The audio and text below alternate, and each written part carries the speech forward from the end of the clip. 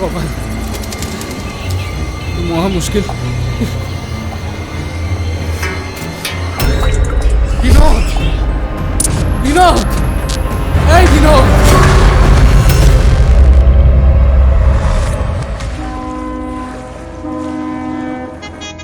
বাদুড় জিনিসটা আমার মোটেই ধাতে সয় না। আমার ভবানীপুরের ফ্ল্যাটের ঘরে মাঝে মাঝে যখন সন্ধ্যের দিকে জানলার গোড়ার দিয়ে নিঃশব্দে এক একটা চামচিকে ঢুকে পড়ে, তখন বাধ্য হয়েই আমাকে কাজ বন্ধ করে দিতে হয়। তখন যেন আমি একেবারেই দিশেহারা বোধ করি, প্রায়ই ঘর থেকে বেরিয়ে যেতে হয়। এরকমই আরও একদিন সন্ধেবেলা আমি কাজ করছি, বিনোদ আমার জন্য চা নিয়ে এলো। আর এই সময় হঠাৎ বিনোদ! দিলেন তো বাবু সব ফেলে। ওহ বিনোদ, এ বাদুর জ্বালালে দেখছি। ফ্যানটা আগে বন্ধ কর, ফ্যানটা আগে বন্ধ কর, না হলে সেবারের মতো এটাও ব্লেডে ধাক্কা খাবে। হ্যাঁ বাবু, করছি। নে এবার তাড়া ওটাকে। আই আই যা যা যা, এই এই এই যা যা যা যা, হুশ হুশ হুশ, যা যা।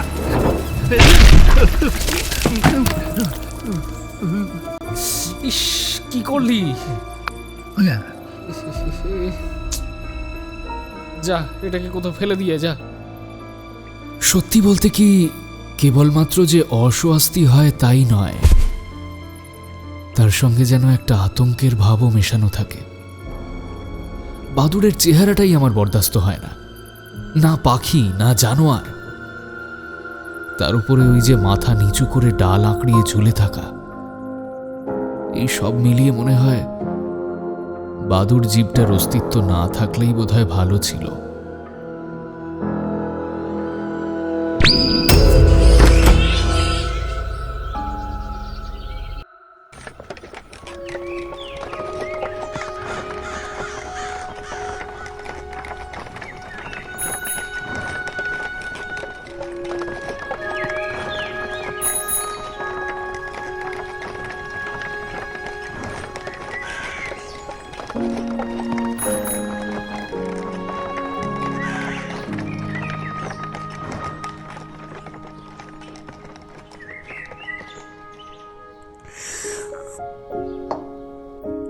শিউড়ি কেন? শিউড়ি কেন? কি করা হবে সেখানে? বাংলাদেশের প্রাচীন পোড়া ইটের মন্দিরগুলো সম্বন্ধে আমি গবেষণা করছি। একটা বই লেখার ইচ্ছে আছে।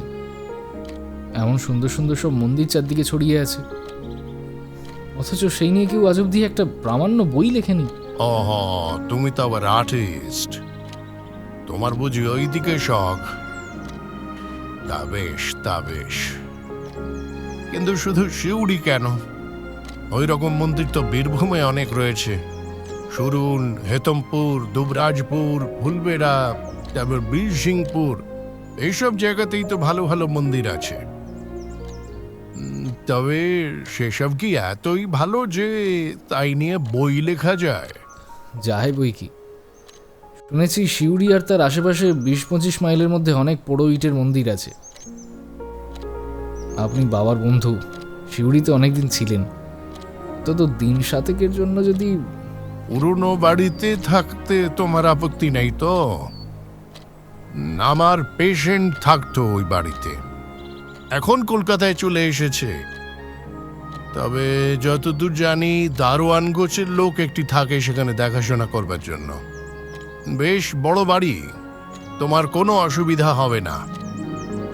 পয়সা কড়িও লাগবে না, কারণ পেশেন্টটিকে আমি একেবারে জমের হাত থেকে ছিনিয়ে এনেছিলাম 3-3 বার। দিন সাধকের জন্য তার বাড়ির একটা ঘরে একজন গেস্ট থাকবে। আমি এমন অনুরোধ করলে সে খুশি হয়েই রাজি হবে।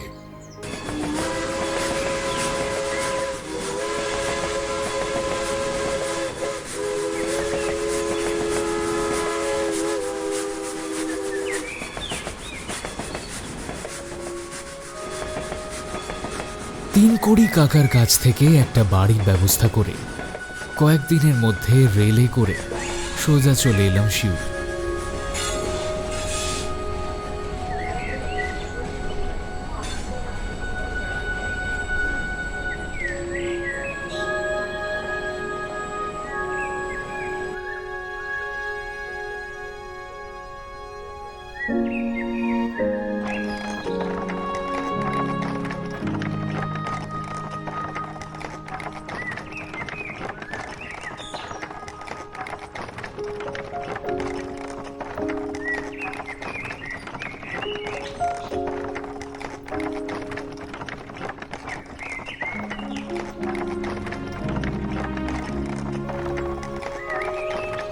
স্টেশন থেকে সাইকেল রিক্সা করে মালপত্র নিয়ে বাড়িটায় পৌঁছে গেলাম।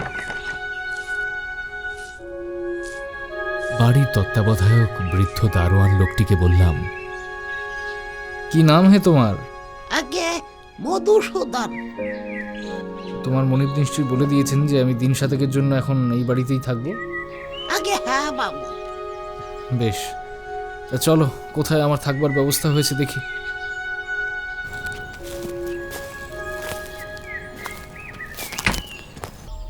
ঘরে ঢুকেই দেখি বাদুর। ওরে বাবারে, তা মধুসূদন, ওই বাদুর বাবাজি কি এই ঘরেই বসবাস করেন, নাকি আজ আমাকে অভ্যর্থনা করতে এসছেন? আগে তা তো খেয়াল করিনি বাবু, এই ঘরটা তো বন্ধই থাকে, আজ আপনি আসবেন বলে খোলা হয়েছে। কিন্তু ইনি থাকলে তো আমার থাকা মুশকিল মধুসূদন। ও আপনি কিছু ভাববেন না বাবু, ও সন্ধে হলে আপনি চলে যাবে। তা না হয় গেল, কিন্তু কাল যেন আবার ফিরে না আসে তার একটা ব্যবস্থা হবে কি? আর আসবে না, আর কি আসে, এ তো আর বাসা বাঁধে নেই যে আসবে। রাত্রিরে কোন সময় ওই ফাঁস করে ঢুকে পড়েছে, দিনের বেলা তো চোখে দেখতে পায় না, না তাই বেরোতে পারে না। বাড়িটা শহরের এক প্রান্তে, সামনে উত্তর দিকে কার যেন মস্ত আম বাগান, গুড়ির ফাঁক দিয়ে দূরে দিগন্ত বিস্তৃত ধান ক্ষেত দেখা যায়। পশ্চিম দিকে একটা বাঁশ ঝাড়ের উপর দিয়ে একটা গির্জার চূড়ও দেখা যায়। সিউড়ির এটি একটি বিখ্যাত প্রাচীন গির্জা। রোদটা পড়লে একটু ওদিকটায় ঘুরে আসবো বলে স্থির করলাম। কাল থেকে আবার কাজ শুরু করব। খোঁজ নিয়ে জেনেছি সিউড়ি এবং তার আশেপাশে ২০-২৫ মাইলের মধ্যে অন্তত খান ৩০ পোড়া ইটের মন্দির আছে। আমার সঙ্গে ক্যামেরা আছে এবং অপর্যাপ্ত ফিল্ম। এইসব মন্দিরের গায়ের প্রতিটি কারুকার্যের ছবি তুলে ফেলতে হবে। ইটের আয়ু আর কতদিন? এইসব নষ্ট হয়ে গেলে বাংলাদেশ তার এক অমূল্য সম্পদ হারাবে। আমার রিস্ট ওয়াচের দিকে চেয়ে দেখি ৫:৩০। গির্জার মাথার পিছনে সূর্য অদৃশ্য হল।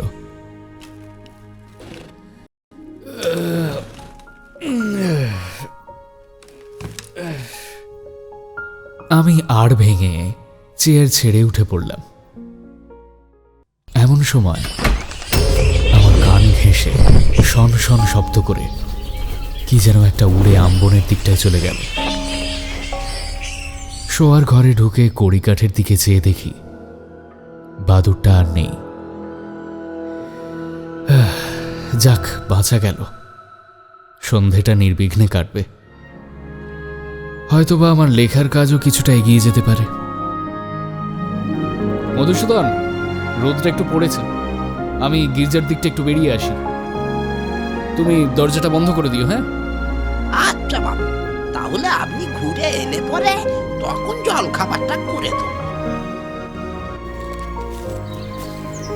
রোদটা পড়তে আমার টর্চটা হাতে নিয়ে গির্জার দিকটায় বেরিয়ে পড়লাম।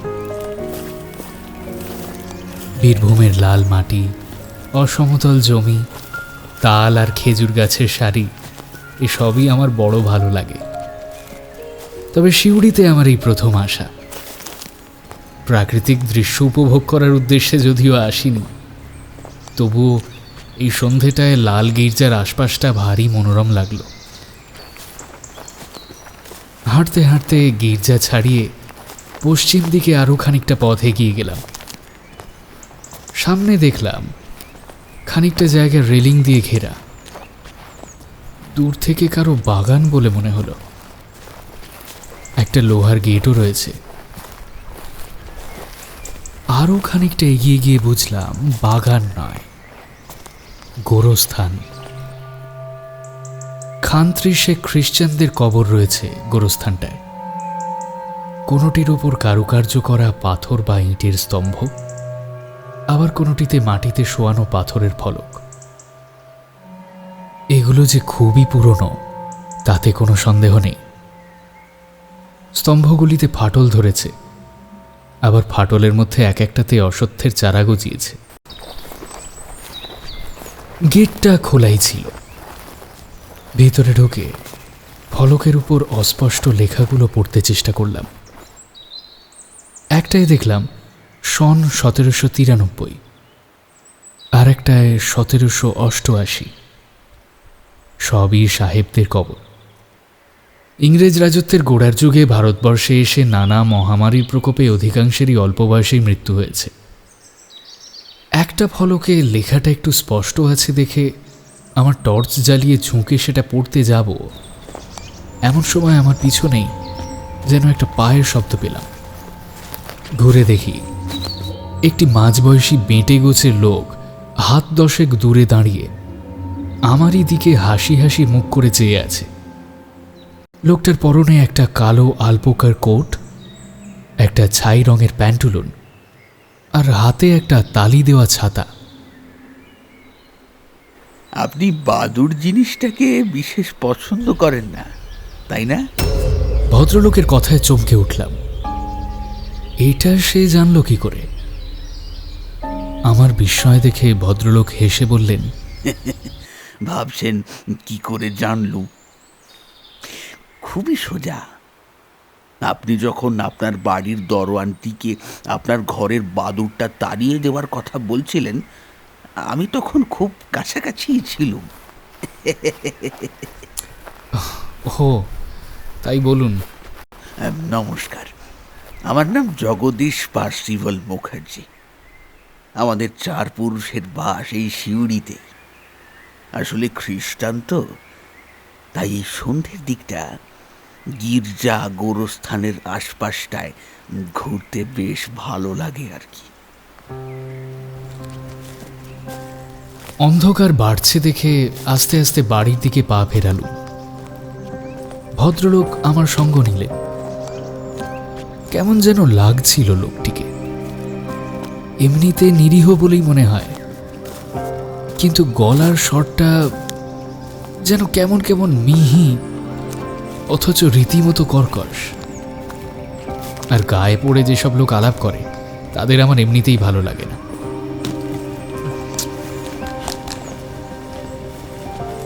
টর্চের বোতাম টিপে দেখি সেটা জ্বলছে না।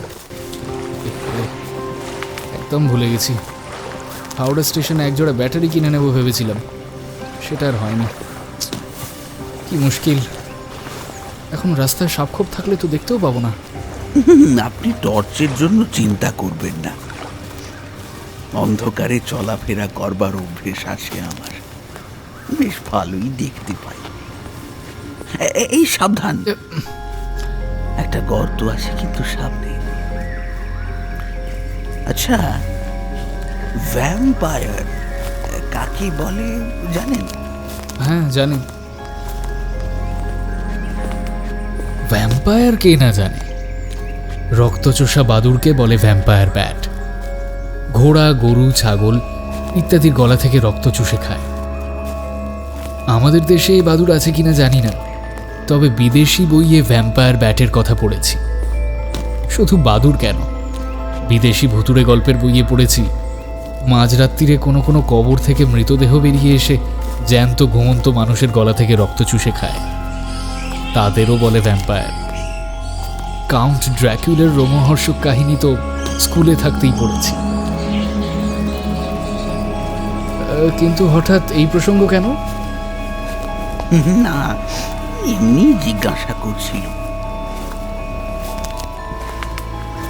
এরপরে দুজনেই চুপচাপ পথ চলতে লাগলো।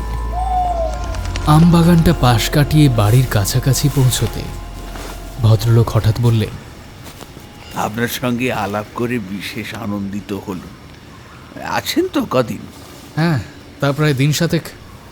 বেশ বেশ, তাহলে তো দেখা হবেই। সন্ধ্যের দিকটায় ওই দিক পানে এলেই আমার দেখা পাবে। আমার বাপ পিতামহের কবরও তো ওইখানেই আছে। কাল আসবেন কেমন? দেখিয়ে দেব। তোমার সঙ্গে যত কম দেখা হয় ততই ভালো। বাদুড়ের উৎপাত যেমন অসহ্য, বাদুর সম্পর্কে আলোচনাও তেমনই অতৃপ্তিকর। অনেক অন্য বিষয় আছে চিন্তা করার। আচ্ছা, আসি, নমস্কার।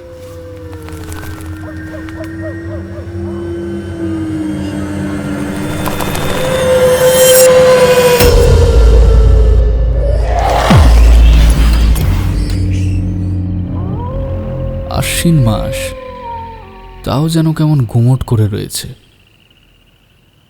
খাওয়া দাওয়া করে বিছানায় শুয়ে কিছুক্ষণ এপাশ ওপাশ করে ভাবলুম, বাদুড়ের ভয়ে জানলা দরজাগুলো বন্ধ করে দিয়েছিলুম, সেগুলো খুলে দিলে বোধহয় কিছুটা আরাম হতে পারে। কিন্তু দরজাটা খুলতে ভরসা হলো না। বাদুড়ের জন্য নয়, দারোয়ান বাবাজির ঘুম যদি হালকা হয়, চোরের উপদ্রব থেকেও বোধহয় রক্ষা পাওয়া যাবে। কিন্তু এইসব মফস্বল শহরে মাঝে মাঝে দেখা যায় দরজা খোলা থাকলে রাস্তার কুকুর ঘরে ঢুকে চটি জুতোর দফা রফা করে দিয়ে যায়। এ অভিজ্ঞতা আমার আগে অনেকবার হয়েছে। তাই অনেক ভেবে দরজা দুটো না খুলে পশ্চিম দিকের জানলাটা খুলে দিলুম। দেখলুম বেশ ঝিরঝির করে হাওয়া আসছে।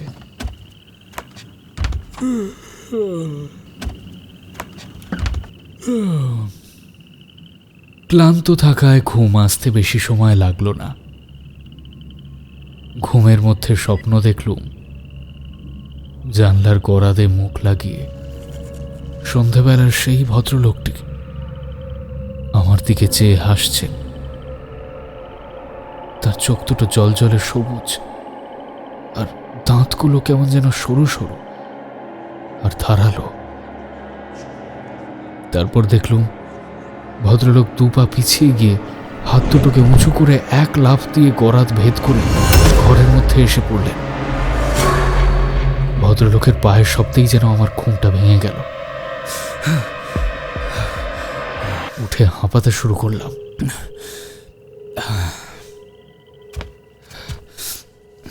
কি বিদঘুটে স্বপ্ন রে বাবা। ভোর হয়েছে। বিছানা ছেড়ে উঠে মধুসূদনকে একটা হাঁক দিয়ে বললুম, মধুসূদন, চা দিয়ে যাও। সকাল সকাল খেয়ে বেরিয়ে না পড়লে কাজের অসুবিধে হবে।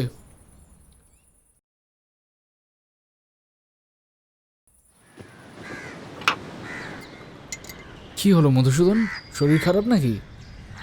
রাত্রে ঘুম হয়নি? না বাবু, আমার কিছুই হয়নি। হয়েছে আমার বাছুরটার। বাছুরটার? তার কি হলো আবার? আর বলবেন না, কাল রাত্রিরে সাপের কামড় খেয়ে মরে গেছে। সে কি, মরেই গেল? আগে তার মরবে না, এই সবে 7 দিনের বাছুর। গলার কাছটাই মেরেছে ছবল, কি জানি গোগ্র না কি। গলার কাছে? গলায় ছবল? কালি যেন কিসের? Vampire bat! Vampire bat! জন্তু জানোয়ারের গলা থেকে রক্ত শুষে নেয় ভ্যাম্পায়ার ব্যাট। কিন্তু নাও হতে পারে। সাপের ছোবলে বাছুর মরবে, এতে আর আশ্চর্য কি?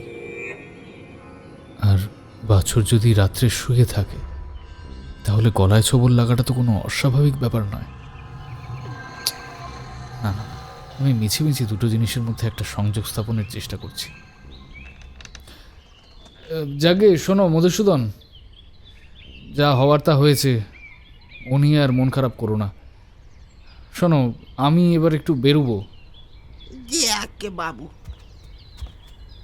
কাজের তোড়জোড় করব বলে উঠে ঘরে ঢুকতেই দৃষ্টিটা যেন আপনা থেকেই কড়িকাঠের দিকে চলে গেল। কালকের সেই বাদুড়টা আবার কখন জানি তার জায়গায় এসে আশ্রয় নিয়েছে। এই বাদুরটা আবার কখন এলো? না, ভুলটা আমারই। ওই জানলা খোলাতেই এই কাণ্ডটা হয়েছে। আজ রাত্রে যত গুমোটি হোক না কেন, দরজা জানলা সব বন্ধ করেই রেখে দেবো।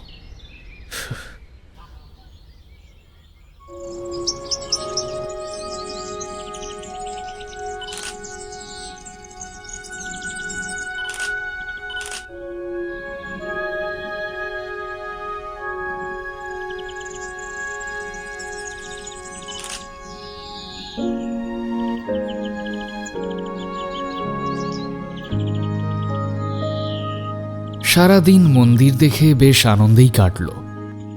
অষ্টাদশ ও ঊনবিংশ শতাব্দীর এই পোড়া ইটের মন্দিরের গায়ে কাজ দেখে সত্যিই স্তম্ভিত হতে হয়।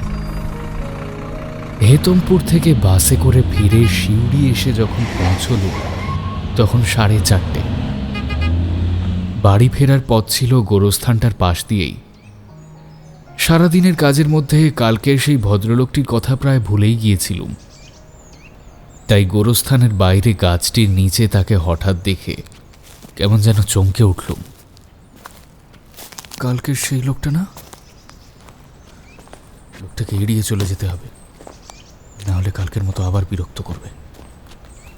মাথা হেঁট করে হাঁটার স্পিড যেই বাড়িয়েছি অমনি ভদ্রলোক ডাকতে ডাকতে লাফাতে লাফাতে এগিয়ে এলেন। কি দাদা, আমায় এড়িয়ে চলে যাচ্ছেন যে? হ্যাঁ, কই না তো। কাল রাত্রিরে ঘুম হয়েছিল ভালো? হ্যাঁ। আমার আবার কি বাতিক জানেন, রাত্রে আমি একদম ঘুমোতে পারি না। দিনের বেলাটা কোষে ঘুমিয়ে নি, আর সন্ধে থেকে রাতটা এদিক ওদিক বেরিয়ে বেড়াই। এই ঘোড়ায় যে কি আনন্দ তা আপনাকে কি করে বোঝাবো। এই গোরস্থানের ভেতরে এবং আশেপাশে যে কত দেখবার ও শোনবার জিনিস আছে তা কি আপনি জানেন? এই যে এরা সব মাটির তলায় কাঠের বাক্সের মধ্যে বছরের পর বছর বন্দি অবস্থায় কাটিয়ে দিচ্ছে। এদের অতৃপ্ত বাসনার কথা কি আপনি জানেন? হ্যাঁ, এরা কি কেউ এভাবে বন্দি থাকতে চায়? কেউ চায় না। সকলেই মনে মনে ভাবে একবারটি যদি বেরিয়ে আসতে পারি। কিন্তু মুশকিল কি হলো জানেন, এই বেরোনোর রহস্যটি আবার সকলের জানা নেই। আর সেই শোকে তারা কেউ কাঁদে, কেউ গোঙায়, কেউ বা ঘন ঘন দীর্ঘশ্বাস ফেলে।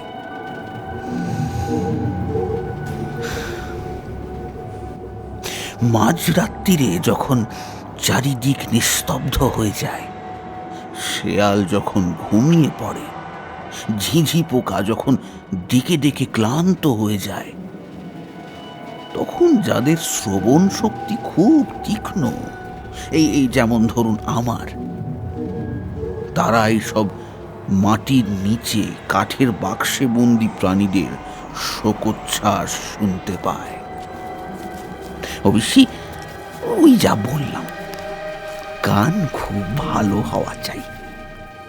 আমার আবার চোখ কান দুটোই খুব ভালো, ঠিক ওই বাদুড়ের মতো। মধুসূদনকে এর কথা জিজ্ঞেস করতে হবে। এ জিজ্ঞেস করে সঠিক উত্তর পাওয়া যাবে বলে ভরসা হয় না। কতদিনের বাসিন্দাইনি, আর কি করেন ভদ্রলোক?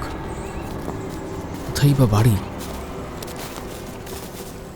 আমি আবার সকলের সঙ্গে বিশেষ একটা এগিয়ে এসে আলাপ করি না, কিন্তু আপনার সঙ্গে করলাম। আশা করি যে কটা দিন আছেন আপনার সঙ্গ থেকে আমাকে বঞ্চিত করবেন না। দেখুন মশাই, আমি 7 দিনের জন্য এখানে এসেছি। বিস্তর কাজ রয়েছে আমার। আপনাকে সঙ্গ দেওয়ার সুযোগ হবে বলে মনে হয় না। আপনি আমাকে সঙ্গ না দিলেও আমি তো আপনাকে সঙ্গ দিতে পারি। আর আপনি যে সময়টা কাজ করেন, অর্থাৎ দিনের বেলা, আমি সে সময়টার কথা বলছিলাম না। আচ্ছা, নমস্কার।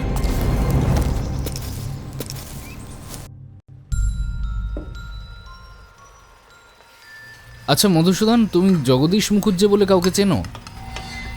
কতদিনের বাসিন্দা উনি? কি করেন বলতে পারো?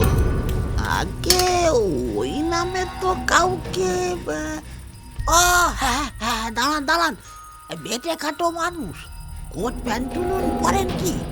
গায়ের রংটা কি ময়লা? হ্যাঁ হ্যাঁ হ্যাঁ, সে লোকই। ও আরে তার তো বাবু মাথা খারাপ, সে তো হাসপাতালে ছিল এই কিছুদিন আগে অবধি। তবে এখন শুনছি তার ব্যায়াম নাকি সেরেছে। তাকে আপনি চিনলেন কি করে বাবু? তাকে তো অনেকদিন দেখা যায় না। ওর বাপ নীলমণি মুখুজ্জি, তিনি ছিলেন পাদ্রী সাহেব, খুব ভালো লোক। তো তিনিও শুনেছিলাম মাতার ব্যায়ামতেই মারা গেছিলেন। যাকগে, সেই বাদুরটা সকালে যে আবার এসেছিল হে, অবশ্যই দোষটা আমারই। জানলাটা খুলে দিয়েছিলাম, ওটার যে মাঝের গরাদটা নেই সেটা খেয়াল ছিল না। একটা কাজ করবো বাবু, কাল ওই ফাঁকটা নাই বন্ধ করে দেবো। আজকের রাতটা বরং জানলাটা ভেজানোই থাক। হ্যাঁ,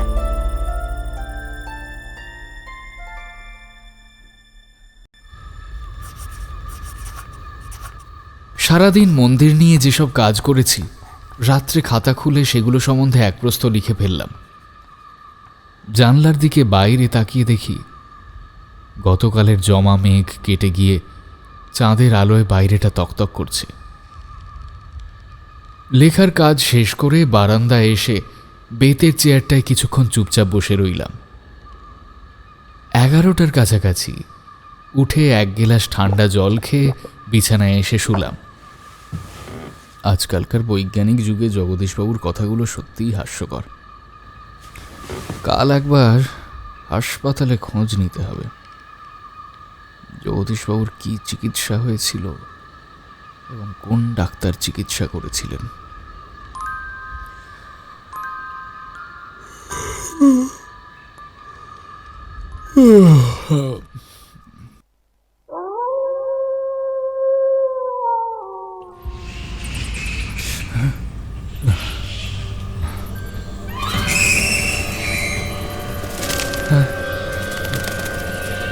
কি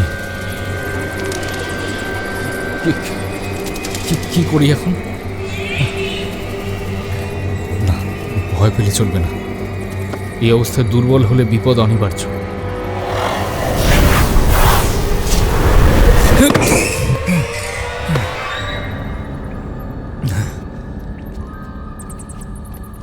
কে কে ওখানে? কে?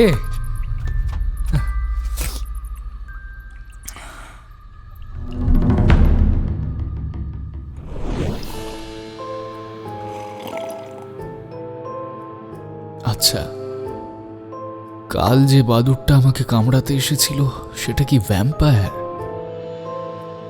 এখনো পর্যন্ত যদিও তার কোনো সঠিক প্রমাণ নেই। আমার দিকে বাদুরটা নেমে আসছিল মানেই যে আমার রক্ত খেতে আসছিল তারও সত্যিই কোনো প্রমাণ নেই। ওই বিদঘুটে লোকটা ভ্যাম্পায়ারের প্রসঙ্গ না তুললে কি আর আমার এ কথা মনেও আসতো? কলকাতায় যেমন বাদুর ঘরে ঢোকে, এই বাদুরকেও তারই সমগোত্রীয় বলে মনে হতো। না, উঠি, অনেক কাজ বাকি।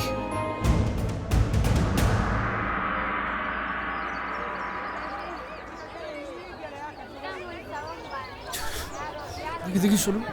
আরে দেখি কি হয়েছে? আরে, এই যে জগদীশবাবু। দেখে মনে হলো জগদীশবাবু অজ্ঞান, আর তাঁর কপালে যেন চাপ বাঁধা রক্তের দাগ। বোধহয় গাছ থেকে পড়ে গিয়ে মাথা ফাটিয়ে অজ্ঞান। সে কি, গাছ থেকে পড়বেন কেন? আরে মশাই, এ লোক বদ্ধ পাগল। মাঝে একটু সুস্থ হয়েছিল, তার আগে তো সন্ধেবেলা এ গাছে সে গাছে উঠে মাথা নিচু করে ঝুলে থাকতো, ঠিক বাদুড়ের মতো।